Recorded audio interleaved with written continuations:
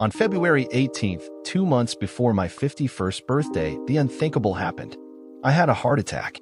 I was on the pool deck having a Corona and waiting for the coals on my smoker to heat up. At first, I thought my last swallow of beer had gone down the wrong way, but when it got worse, I knew something was terribly wrong. The pain was excruciating and growing more intense rapidly. It seemed as though someone was standing on my chest as I felt, and even heard, my heart beat out of control. I fell to my knees and then onto my back gasping for air. Thank God for cell phones because that's the only thing that saved my life. I reached into my shorts, pulled it out, and hit 911. I don't remember if I said, help, or anything else, only that within a couple of minutes there was a loud crash, and a whole lot of people were doing things to me. I must have blacked out because the next thing I remember I was in the hospital being told that I was being prepped for surgery. Mr. Moore, can you hear me? A voice asked. We need to do a heart bypass on you immediately. Do you understand? I nodded that I did. They put a clipboard under my hand, and I signed my name to some kind of release, or maybe it was an order for Girl Scout cookies. I hadn't a clue, nor did I care. I just wanted the pain to stop. Is there anyone we should contact? A nurse asked. My wife. My wife. Is she here? I asked. No. You were the only one in the house when the paramedics arrived. I'll have someone check back as soon as possible, she told me. Now try to relax. We're on the way to the operating room, and you should be fine. At this point, I think I vaguely knew what was going on, but nothing was really registering in my brain as I was wheeled into an elevator and then into a large, bright room. Breathe deeply, and when you wake up, it'll all be over, the doctor told me. My life didn't flash before my eyes. I didn't have any out-of-body experience, and thank God, I didn't see any bright light at the end of a tunnel. I just woke up in the recovery room to a middle-aged nurse standing over me, taking my pulse. How are you feeling? I tried to say something, but my mouth was too dry. Even though my mind was working, my body wasn't doing what I wanted it to do. Don't worry, you'll feel much better in a couple of hours. Just get some sleep. She was right. The next time I awoke, I felt a lot better yet worse all at the same time. There sitting next to my bed was my wife of 28 years, Sandy. Are you all right? When I got home, the neighbors told me what happened. The doctors said you're going to be just fine, she said, smiling. My mouth was still very dry, so when I started to say something, I could barely get it out. Leave me alone, I started to say, but it came out softer than a whisper. What are you trying to say? Sandy said, moving close to my mouth. Get out of my sight and leave me the hell alone, I said loud enough for her to hear this time. Honey, don't try to talk. Just lie back and rest. I'll be right here, she told me, touching my cheek. At that point, my heart rate shot up. My face became flushed, and a nurse came running into my room to see what was going on. Leave me the fuck alone, I now shouted at her. Miss, you're going to have to leave. You're upsetting the patient and raising his vitals. Please leave, miss, she told Sandy. But I'm his wife, she stammered. Be that as it may, you're upsetting him, and I need you to leave right now. Han, I'll be in the hallway if you need me, she said, looking back at me as she was ushered from my room. I motioned to the nurse, and she came close. No visitors, please, I told her, and only discuss my condition with me. No one else. I understand, Mr. Moore. I'll put a sign on your door that says no visitors are allowed, and I'll make sure the doctor discusses your condition only with you. Will you be needing anything else? She inquired. I nodded no. Well, that being the case, please try to relax and get some sleep. The doctor will be in later to check on you. You don't get any rest in a hospital. If they're not jabbing you, they're taking blood or trying to give you some damn pill in the middle of the night. Sleep? Yeah, sure, lady, I thought to myself. The doctor came in and said everything had gone according to plan. They had done a triple bypass, and that when they'd gone in, they'd seen evidence of other damage, as they like to call it, from an earlier attack. I told him that it probably happened about 3 months earlier, but I had thought it was just a stress attack. You're very lucky, Mr. Moore. If you hadn't had your cell phone, you might not have made it, he explained. You really need to get your weight and blood pressure under control, or you're going to end up seeing me again, he said while looking at my chart. I want you out of the bed tomorrow morning. I need you to start walking at least 10 minutes every hour, and after that, we'll see how it goes. How long will I be laid up, doc? If you're asking me when can you go back to work, the answer is not for at least 2 months. When you go home, you'll need someone there at all times, at least for the first couple of weeks. After that, we'll play it by ear depending on how you feel. Doc, I won't be rehabbing at home, so can you recommend a good facility?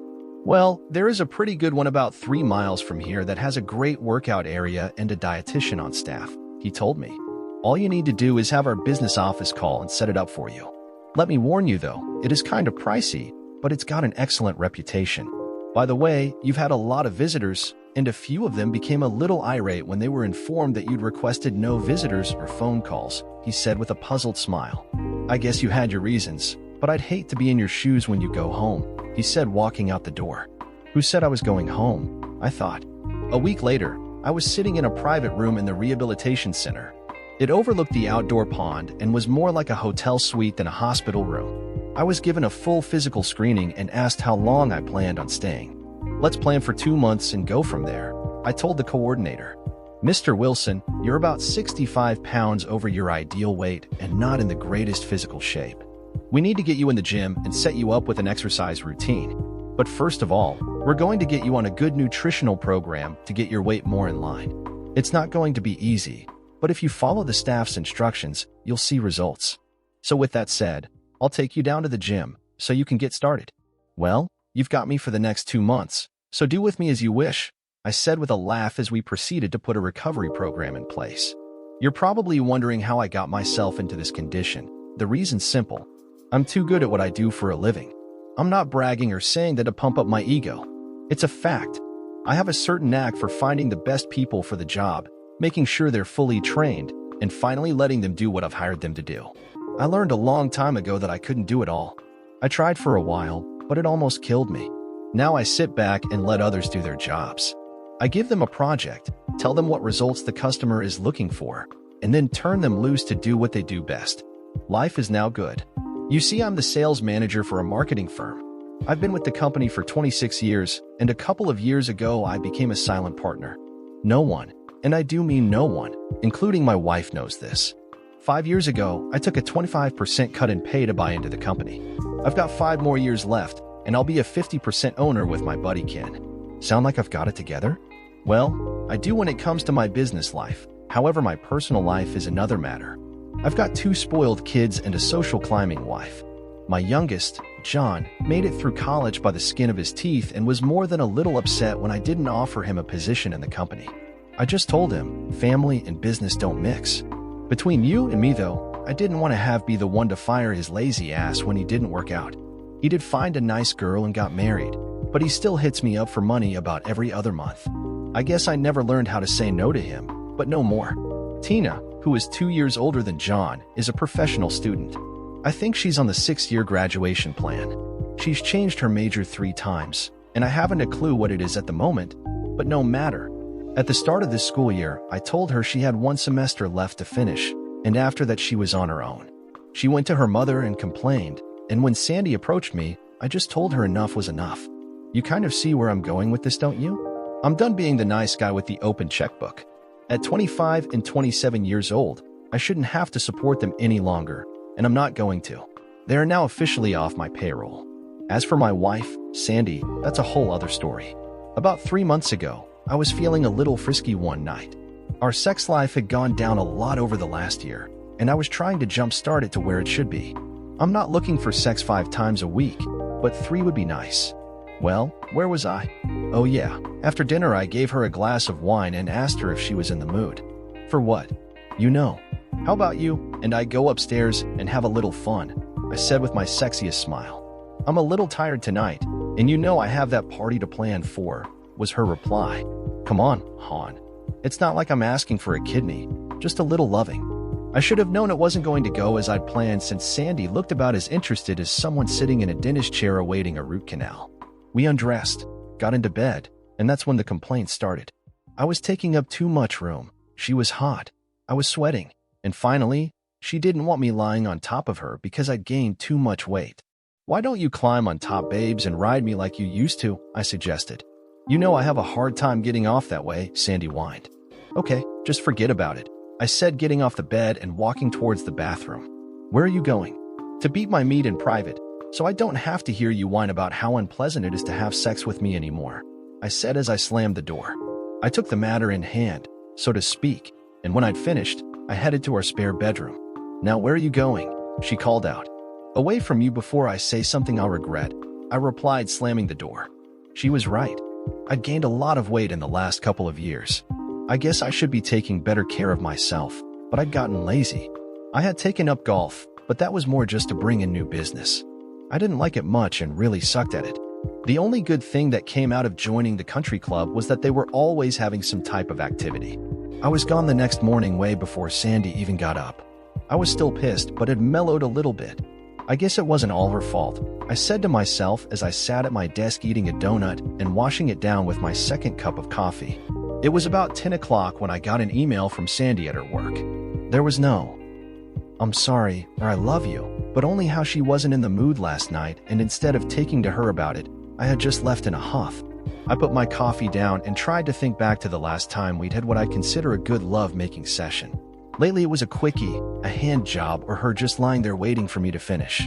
It really had gone downhill, and it seemed that Sandy would rather do without than do it with me anymore. That's when I got an epiphany. Maybe she's getting her needs satisfied somewhere else. That's when I decided to push the issue and see what happens. What the hell? What was she going to do? Cut me off? I replied with the following email. "Whatever you're doing, with whomever, you'd better stop right now if you want to stay married to me." When I hit the send button, I knew I'd get some type of reaction, but I thought she'd at least wait until I got home.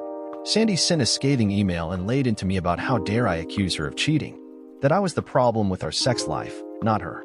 And that since I got winded just walking up 2 flights of stairs, what kind of sex life was I expecting? That maybe she should get an oxygen tank and put it next to the bed for the nights I wanted sex, and those were some of the nicer comments she wrote back. Her final comment was that maybe I should move to the guest room permanently, so that she wouldn't be held responsible for me having a heart attack. My response was short and to the point. So be it. I didn't go home for supper that night. I ate with my partner, Ken. I thought about not going home at all, but I figured that would make matters even worse. Sandy was waiting for me when I came through the door. "How dare you? How dare you accuse me of cheating?" she yelled. "I have never been unfaithful in all the years we've been married."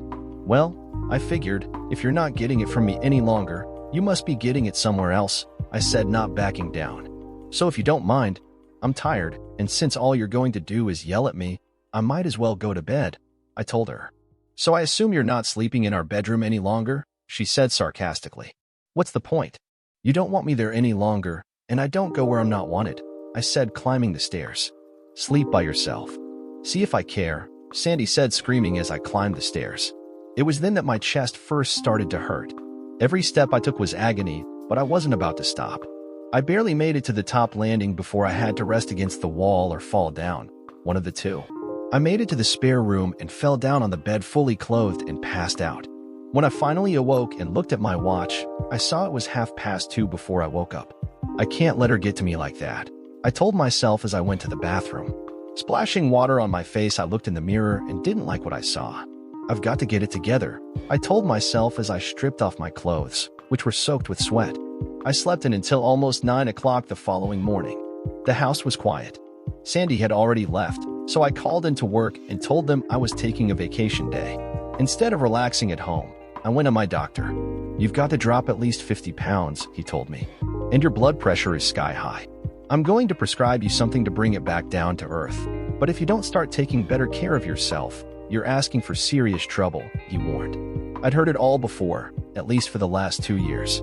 I tried to diet. It just wasn't something I liked to do, and so I didn't. I told him I would try to drop some weight and would take the meds. He set me up for a 3-month follow-up appointment, and I left with a chart on calories and 2 diet programs to try. I threw them on the back seat of the car. Things around the house turned chilly at best. We no longer ate together and only spoke to one another when we absolutely had to. It was the end of our 2nd month when we started talking to one another again. There was no, "I'm sorry." We only talked about superficial things or the kids. Saturday was the annual charity auction at the club. "Steve, are you going?" Sandy asked. "Yes, I'm going," I replied. "Well, we might as well go together." "Is your tux pressed?" she asked. "Cleaned, pressed, and ready to go." It was a quiet ride to the club. We talked about nothing important until I took the lead. "I'm sorry," was all I said as I drove on without looking at her. "I am too," Sandy replied. "I've missed you, and I don't want to fight anymore." That's all we had time for as I pulled up to the club. I gave the attendant my keys, and he gave me the claim ticket. I walked around, opened Sandy's door, and gave her my hand. She took it, smiled, and my heart skipped a beat. We walked into the dining room and found our table. Dinner was okay, but the wine was a lot better. I'd ordered 4 bottles for our table, and along with the other 3 couples, we toasted to our good health. After the dinner, the band started and people began to dance. I danced one slow dance with Sandy, and that was more than enough for me. She asked if I minded if she danced with a few other men. No problem, I told her. I walked around the room and was visiting with a few friends when I caught sight of Sandy on the dance floor. It was a slow dance, and I didn't recognize the man she was dancing with. His arm started around her waist but was slowly moving south. Before long, it was resting on the center of her ass. 2 dances later, the same thing happened again as they danced outside onto the moonlit patio. I followed, staying out of sight. They were too far away for me to hear what they were talking about, but their body language was speaking loud and clear. When he bent over and kissed her, I'd seen enough. Not staying for the auction? The parking lot attendant asked. Nothing in there I want anymore, I replied as I got into my car and headed out. I was about 20 minutes away when my cell phone rang. Guess who? I turned it off and put it on the seat next to me. I had been home about 2 hours when Sandy stormed in. What the hell is your problem? Why did you just up and leave me? She yelled. I thought the 2 of you wanted to be alone, I replied. What the hell are you talking about, Steve? The dark-haired man, the patio, the kiss. I saw it all, I told her. That was nothing, she shot back. Nothing? Are you saying that a man kissing my wife is nothing? Well, I care to differ, Sandy. And I suppose you're now making it a habit to let men feel you up while you dance with them? I and everyone else saw your display on the dance floor, I told her. Or was I just imagining it, Sandy? It's not what it looked like, Steve. I guess I should have asked Rick to move his hand, but it was all just a little innocent flirting, she told me. And the kiss was nothing more than him thanking me for dancing with him. I left to look for you right after that. And it took you 2 hours to come back home? Since you weren't answering your phone, I had to find someone to give me a ride home. Let me guess, Rick just happened to volunteer to drive you home. Am I right? Yes, it was Rick. And no, nothing happened, she tried to assure me as I started to walk away. Damn it, nothing happened, Steve, she said again. How long has it been? I asked. How long has what been? How long ago did you give up on us? I said, walking up to my new and permanent room. God damn it, Steve. I didn't do anything, she screamed at me as she started to cry. I guess it was shortly after I gave up on myself, was my final comment as I closed and locked the bedroom door. I never left the bedroom Sunday. I slept in and did a lot of thinking about how my life had turned out. I had 2 shit kids that I never heard from unless they wanted something, and a wife who I was basically cohabitating with, something like a sister.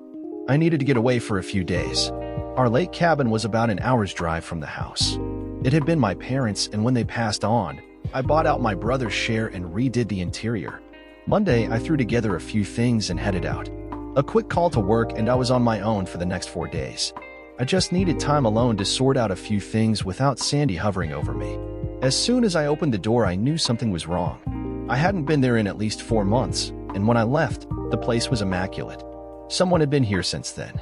There was an empty bottle of wine on the counter, and after a quick inspection, I found that our bed had been slept in. Not only slept in, someone had sex on the bed. I could still see the ring left from what was the wet spot on the white sheets. Well, I now know where, and I've got a pretty good idea with whom, I said to myself as I dragged the mattress to the door and tossed it out on the lawn. My heart was beating a mile a minute, and I was sweating buckets as I sat down in a chair on the porch. Steve, old buddy, it looks like you've been replaced, I said to myself as I started to get angry again. The hell with all of them. I don't need them. I used to, but not anymore, I told myself. Over the next 4 days, I made up a list of what I wanted out of life, where I wanted to go, and none of it included any of my family. It was something like a bucket list without having to kick the bucket. I got home late Friday afternoon, but Sandy was nowhere to be found. She never came home that night, and by Saturday afternoon, I decided to smoke a rack or 2 of ribs and wait for her. I was almost looking forward to her explanation of where she'd been for the past 2 days, when all hell broke loose, and I had my heart attack. So that now brings you to where I am currently. I finally called Ken from the rehab place to tell him I was still alive and kicking. They wouldn't put my calls through, he told me. How are you feeling? Better, but still pretty weak. It looks like I'm going to be laid up for a couple of months. I need Judy to bring by my laptop so I can keep in touch and updated. You think that's wise? Ken replied. Don't worry. I won't overdo it, but between Judy and me, we'll keep everything current. I told him. You know your wife was here the other day. She took something off your desk. I think it was that picture of the two of you. You guys doing okay? He asked. Never better. Just have Judy drop off my computer, and for God's sake, please don't tell anyone where I am. I sure as hell don't need any visitors, I told him. By the way, I'm milking our health insurance for everything I can get out of it, I said with a laugh. That's what it's there for. Just get better and let me know if you need anything, buddy. Bastards, that's what I called them after the second week. First, they tried to work me to death in the gym, and now they're trying to feed me no more than a few scraps of food. I've seen bigger appetizers, I said to myself looking at my dinner plate. I was exercising 4 times a day, and eating 5 meals a baby couldn't survive on, but I was losing weight. After about 5.5 weeks, I was less crabby and into the groove. The food sucked, and there was never enough, but I liked what was happening to me. I could walk on the treadmill for 30 minutes without oxygen. My pants were loose around my middle, and for the first time in a long time, I started feeling better about myself. Damn it, I can do this, I told myself. When the Goodwill truck pulled onto the driveway, Sandy thought they were just using it to turn around. Mrs. Moore? The driver asked. Yes, I'm Mrs. Moore. I've been given a pickup order with instructions to get with you, he told me. What pickup order? I never ordered a pickup. I know that, Mississippi. It was initiated by your husband, Steve Moore, he said, showing me his signature on the bottom of the page. It says here, to pick up every piece of clothing in the house that belongs to your husband. The note explained that they're not already boxed up, so if you don't mind, could you please show me where things are so we can get started? We've still got one more pickup this afternoon. I showed them Steve's closet and dresser in our bedroom and took one of the workmen downstairs to where his winter clothes were stored. It took them just under an hour to get everything boxed up and put into the truck. I signed their receipt and got my copy before they drove off. What the hell is he doing? I thought to myself. After the blow-up in his room, I was not allowed to see or speak to Steve while he was in the hospital. The doctor wouldn't tell me how he was doing or when he would be released. When Steve wouldn't see John or Tina, I really got worried. I know he was mad at me, but that was no excuse not to see his kids. Tuesday, I snuck into the hospital and climbed the stairs to his floor. There was no way that nurse was going to keep me out this time. I waited until she was at the other end of the hall and then ran into Steve's room. Bursting through the door, I shouted out, "Why won't you talk to me?" A stunned woman looked at me and replied, "Because I don't know you," she said, trying to figure what the hell this crazy woman was doing in her room. "All right, where have you moved Steve Moore?" I shouted to the nurse at the front desk. "I'm sorry." "He's gone," she replied. My eyes teared up. "When? How?" I asked. "What did they do with his body?" I cried. "I'm his wife, damn it. I have a right to know," I said, getting angry again through my tears. "When I said he was gone, I mean he checked out 2 days ago. And if you want any more information, you'll have to go down to the office. So if that's all, I have a floor of sick people to take care of," she told me. The business office said Steve had been discharged and had been sent to a rehab clinic, but they were not at liberty to tell me where. Patient's orders, I was told. Great, back to square one, I said to myself, walking out the door. Sitting in my car, I planned my next move. Steve was right. I'd given up on the two of us a long time ago. His weight had skyrocketed, and whenever I said something about it, he told me not to nag him. When we did have sex, he was like a huge sack of potatoes lying on top of me. When I told him he was crushing me, he'd get upset and try to finish on his arms or elbows. By that time, I was just happy to have him finish and get off me. Sex with him was no longer enjoyable, and when he even mentioned the word sex, my stomach would tighten up. We did it maybe once a month, and that was only after he whined about it for a day or two. I guess you could call it pity sex, because although he got off, I never did. I was getting really frustrated, and that's when Rick came into the picture. I first met Rick when we joined the country club. They had a dinner and dance once a month, and he would always come alone. During the night, he would dance with all the available women. As the evenings progressed, Steve would be off drinking or feeding his face, and Rick and I would dance the night away. It had been a long time since anyone had held me like that.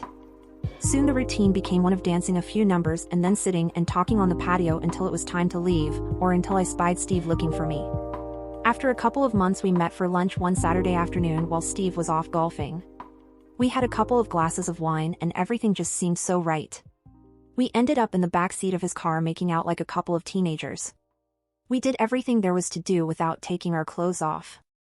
I jacked him off and he fingered me until I climaxed at least twice. It had been so long since I'd felt this way. We straightened our clothes, kissed goodbye, and I headed back to the house. I didn't even feel guilty until I was in the shower trying to get myself off again while thinking about Rick. What the hell was I doing? I'm fooling around with some guy in the backseat of his car and now I'm trying to get off while thinking about him instead of my husband. How sick is that? I said to myself, getting disgusted at what I was doing. The problem was I no longer felt sexually attracted to my husband. I nagged Steve for the next 2 weeks about his weight and tried to tell him how sexy he'd be if he lost 40 pounds, but he never got the hint. He just got angry with me again. Everything came crashing down when he wanted to fool around one night after dinner. It was a disaster of a session, and he got mad and went into the bathroom. I felt bad, but not that bad. He slept in the spare room that night and was gone before I got up the next day. I had the dark brown touch the following morning at work. Everything I touched turned to shit. I was feeling sorry for myself and did something stupid. I emailed Steve and basically told him that it was all his fault last night because he'd walked out on me. He, however, came back with a real eye-opener. Whomever I was cheating with, I'd better stop if I still wanted to stay married, was all it said. Shit, there was no way he could possibly have known about that Saturday. However, if he were taking care of business at home, it never would have happened. And, it's not like we had sex or anything, it was only a little fooling around, that's all. I guess I never should have answered his email when I was mad, because I called him everything I could think of. I told him I'd never cheated on him, and if he weren't such an overweight slob, we'd have more sex. I now realized that I was basically pushing him away, and I guess he was tired of arguing. That's when he replied back that maybe he should stay permanently in the guest room if I no longer wanted him anymore. It was now spiraling out of control. When Steve got home, we had a huge argument. We threw accusations at each other and he went one way and I the other. I slept alone that night and for many, many nights after that. It was the night of the charity auction that we finally apologized to each other. It had been tearing me apart, but I guess we were both too stubborn to admit we were either wrong or what the real underlying problem was. We had a wonderful dinner. Steve danced with me and then decided to mingle with his friends. I made the mistake of dancing with Rick. We danced maybe a little too close, and out on the patio he told me he wanted to take it to the next level, and then he kissed me. I told him that it had been a mistake and that I would never cheat on my husband and left him out there licking his wounds. I never saw Steve leave, nor did anyone else.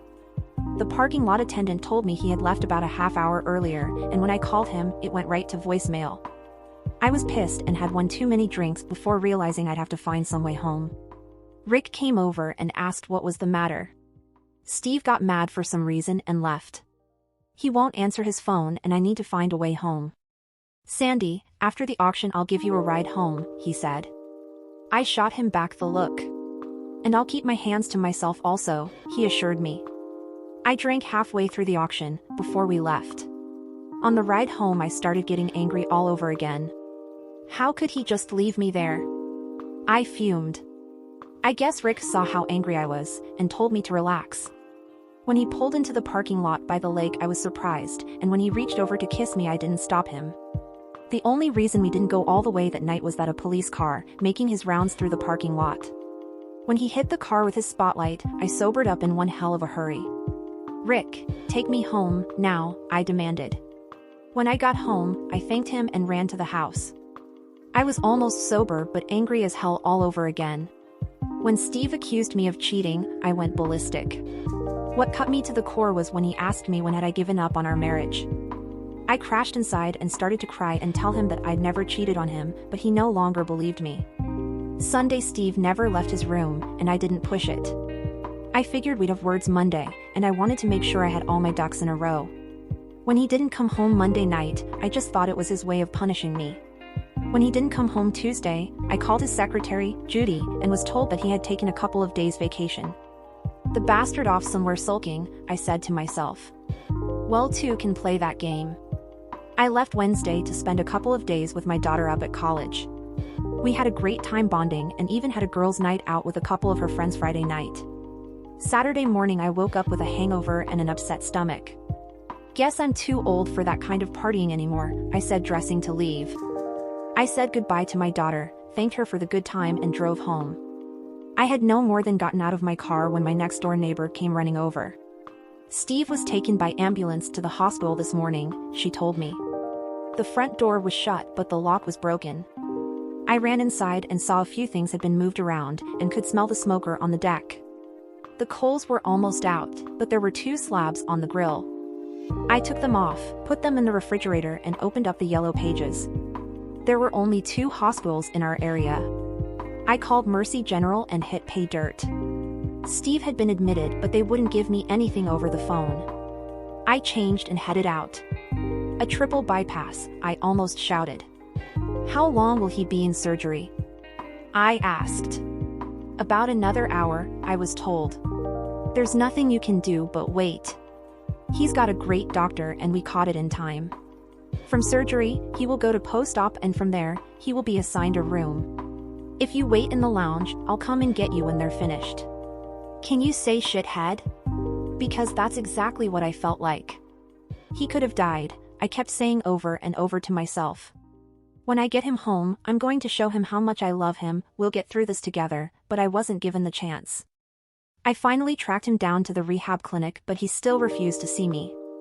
I was getting pissed. Stubborn was one thing, but Steve was carrying this to the extreme. He must have found out somehow about what happened with Rick. I don't have a clue how, but someone must have seen us and told him.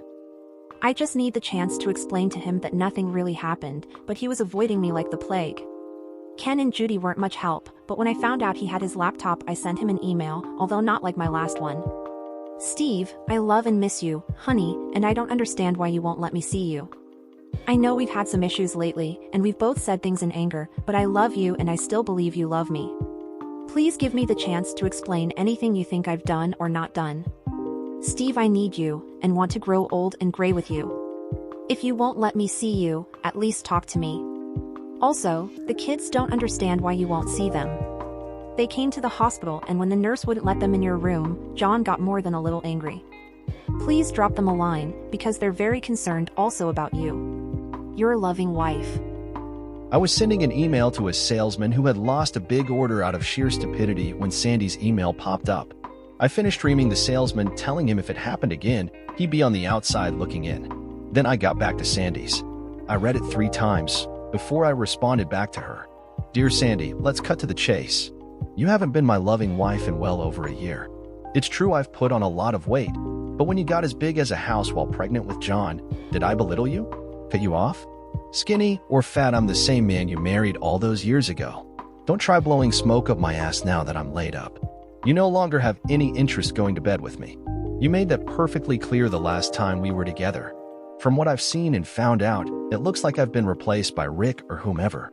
I found your love nest. You could have at least done me the courtesy of changing the sheets and throwing out the trash. I did manage to talk out the mattress and empty wine bottles. You were right about one thing, though.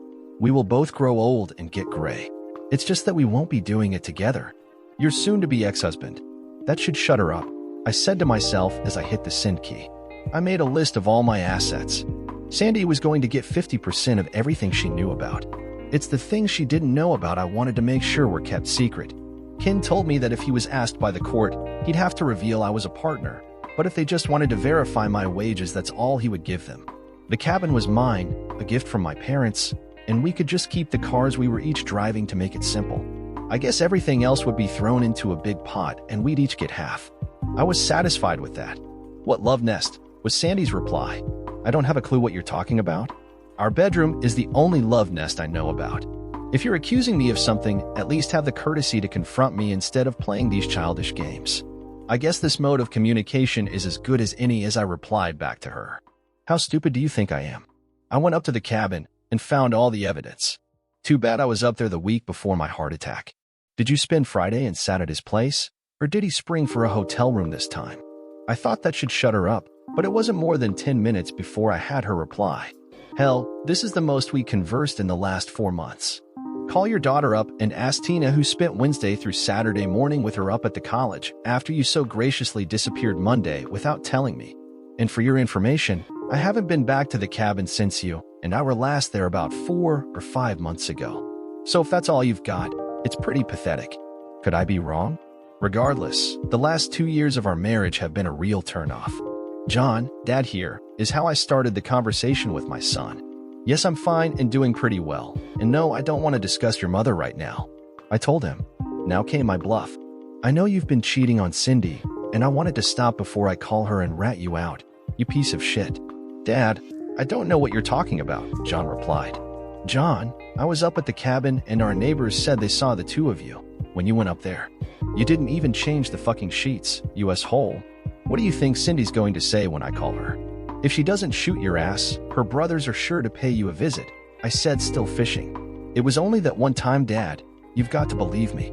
It's not an affair. It was only one time, and she doesn't even work at the company anymore. I could hear him pleading for his life. I'm going to say this one time, and one time only. If I ever hear of you fooling around, or even think you're looking at another woman, I will call Cindy in a heartbeat. From now on, she'd better be the happiest and most taken care of wife on the face of this earth, if you get my drift. Get your head out of your ass and grow up. God damn it. I will, Dad. You can count on it. Please just don't call Cindy, he begged. All right, son, I've got go. Remember what I told you. I warned him before hanging up. Well, that was interesting, I said to myself as I considered my next move and wrote one last email to Sandy. Well, I guess you weren't screwing anyone up at the cabin. It turns out it was our shithead son. That, however, still doesn't explain your actions with Rick and whomever else. I guess I was still in love with you up to that night, but no more. I think you still love me, but you haven't been in love with me for a very long time, I'm sorry to say. And I can't live like that anymore. Life is way too short. I found out in a very painful way. That's how I ended it. I was to blame as much as Sandy. We knew we were drifting apart and never did anything to stop it. Between her work, the kids, and her social calendar, there was no time left for us. And with me trying to conquer the business world all by myself, I was no better. The only difference was that Sandy looked as good as when I first met her, and I looked like someone out of Slobs or Us magazine, but no more. I spent the next 3 months doing nothing but exercising and eating right. The first 35 pounds dropped off fast, but then I hit the first on many plateaus. I never let up though. I was now driven to regain what I'd lost years ago, my waist and most of all my life. Sandy and I emailed each other every week to keep one another updated on what was going on in our lives, but we never saw one another. After 6 months I half expected to get divorce papers, but none ever came. Our emails mostly dealt with how we felt about one another and our breakup, the problems each one of us saw in our marriage and why we did nothing to resolve them. As I said earlier, we were both at fault. Thanksgiving sucked. The kids split their time between the two of us, her dinner and my dessert. John announced that Cindy was pregnant, and Tina said she'd finally gotten her degree or would have it by the end of the semester. I laughed and said I'd believe it when I see it. They tried to pump me for information, but I told them it was none of their business. Tina got a little huffy, but backed off when I told her enough is enough. Our email during the holidays took on a new direction, but I still can't tell you how it happened. They became more intimate and emotional. One night Sandy asked if I remembered the first night we ever did it. How her roommate and parents walked in on us. I corrected her, telling her that time didn't count because we never had a chance to actually finish. It wasn't until 2 weeks later did we finally did the deed, and so on. We walked down memory lane for almost a month. For Christmas, I sent her a pair of emerald earrings. I know that she didn't have a pair because she had given hers to Tina on her 21st birthday. I just put in a little note, to replace the ones you gave up, is all it said. Sandy never sent me anything for Christmas, but I guess I really didn't expect anything. As New Year's approached, Ken hit me up with a problem he had. Steve, my wife's sister is coming into town, and Carrie wants to take her with us to the New Year's Eve party at the country club. Her sister won't go stag, and Carrie refuses to leave her at home by herself. Can you be a buddy and be her date New Year's Eve? Come on, Steve, I'll owe you big time. He must have begged for a week before I finally relented. What the hell, I was just going to sit in front of the boob tube anyway. I then realized it was formal and I no longer had a tux. It took me 3 stores and a huge bribe to get a tux and have it tailored in less than a week. Wait until Ken sees my expense report for December, I said with a laugh. John and his wife invited me over for New Year's Eve, but I told them I was going out. You've got a date? He asked. Not a date. I'm chaperoning my boss's wife's sister, I told him. You don't have to lie to me. I won't tell Mom, he replied. I'm not lying, and your mom's probably already has a date for New Year's Eve herself, so why don't we just drop it? I said, getting a little annoyed. That was the one thing neither one of us had mentioned over the last 9 months. If either one of us was dating. I'd gone a few business lunches, but that was about it. I wasn't sure about Sandy, though. A good-looking woman like her probably has had a full dance card. We were still married, but basically in name only. I guess after the first of the year, we should probably address that issue, I said to myself. I was at Ken's house by 7 o'clock. He let me in, and I met Sue, Carrie's sister. She was about 45 and very nice on the eyes. I suggested that we go in one car, but Ken insisted that we take 2 cars. Look, after the dance, you can head home, and I'll take the 2 women back with me. That is, unless you plan on trying to get lucky with Sue, he said, elbowing me in the side as Carrie told him to act his age, not his IU. The place was packed, and there wasn't an open seat to be had. I knew most of the people at our table as they marveled at how good I looked. Wow, Steve, how much weight have you lost? Somewhere in the area of 80 pounds, I told them. Hell, if I didn't know you so well, I never would have recognized you, one told me. Dinner was decent with a choice of steak or chicken, and along with the vegetables and rice, it was palatable. I ate about half. There was no use blowing my diet tonight. I had 1 glass of wine and nursed my second as I reacquainted myself with people I hadn't seen in the last 9 months. After dessert, the lights dimmed and the band started. Sue said she wasn't much of a dancer, and I sure as hell wasn't. So after a few songs, I excused myself and started walking the room. That's when I saw her. She was smoking hot, about 5 feet 8 inches tall, brown hair, and a body to die for. She was wearing a blue strapless dress that hugged every curve of her body. I watched her for the next half hour as she danced a few semi-fast songs with 3 older gentlemen. Every time a slow dance started, she went back to her table and sat down. Even though she was asked, she never danced a slow dance with anyone. I slipped one of the members of the band a $100 bill and asked him to play 2 slow songs back to back, with the first one being, You Look Lovely Tonight, and I didn't care what the second one was, as long as it was slow. Just as the band started to play, I walked behind this angel and asked her to dance. I'm sorry. I only dance slow songs with my husband, she started to say without looking at me. Well then, I guess there'll be no problem, I said, reaching in and grabbing her hand. She turned around and started to say something when she yelled out, Steve, in the flesh. Now about that dance, I said as I pulled Sandy to the floor. Steve, is all I let her get out of her mouth. Don't talk, just dance with me, I told Sandy as I held her tight, moving across the floor. I never released her as the second song started. I was feeling her back and waist, and as the band played Nights in White Satin, I pulled her in even tighter. My body responded with the largest erection I'd had in the last year. This time, however, rolls of flab didn't hide it. Looks like someone missed me, Sandy whispered into my ear. She was right, I had missed her, but I wasn't about to go back to the life I'd left behind. When the song ended, I didn't want to let her go, and I didn't. I guess we should talk one of these days, I started to say, still holding onto her hand. Why not now? Don't you think your date might get a little jealous? I replied. What date? I came with John and Cindy, she said, motioning to them on the dance floor as John smiled back at me. I'll be back in a second, I told her as I went back to my table. You set me up, didn't you? I asked Ken. No, John, Tina, and I set both you and Sandy up, he said with a smile. Hell, Sue didn't even want to go. I had to bribe her to even come, so why don't you be a good little boy and get the hell out of here? And I'll see you sometime next week. John and Cindy were already back at the table by the time I returned. Think you two are pretty smart, don't you? I asked as Cindy and John smiled at Sandy and me.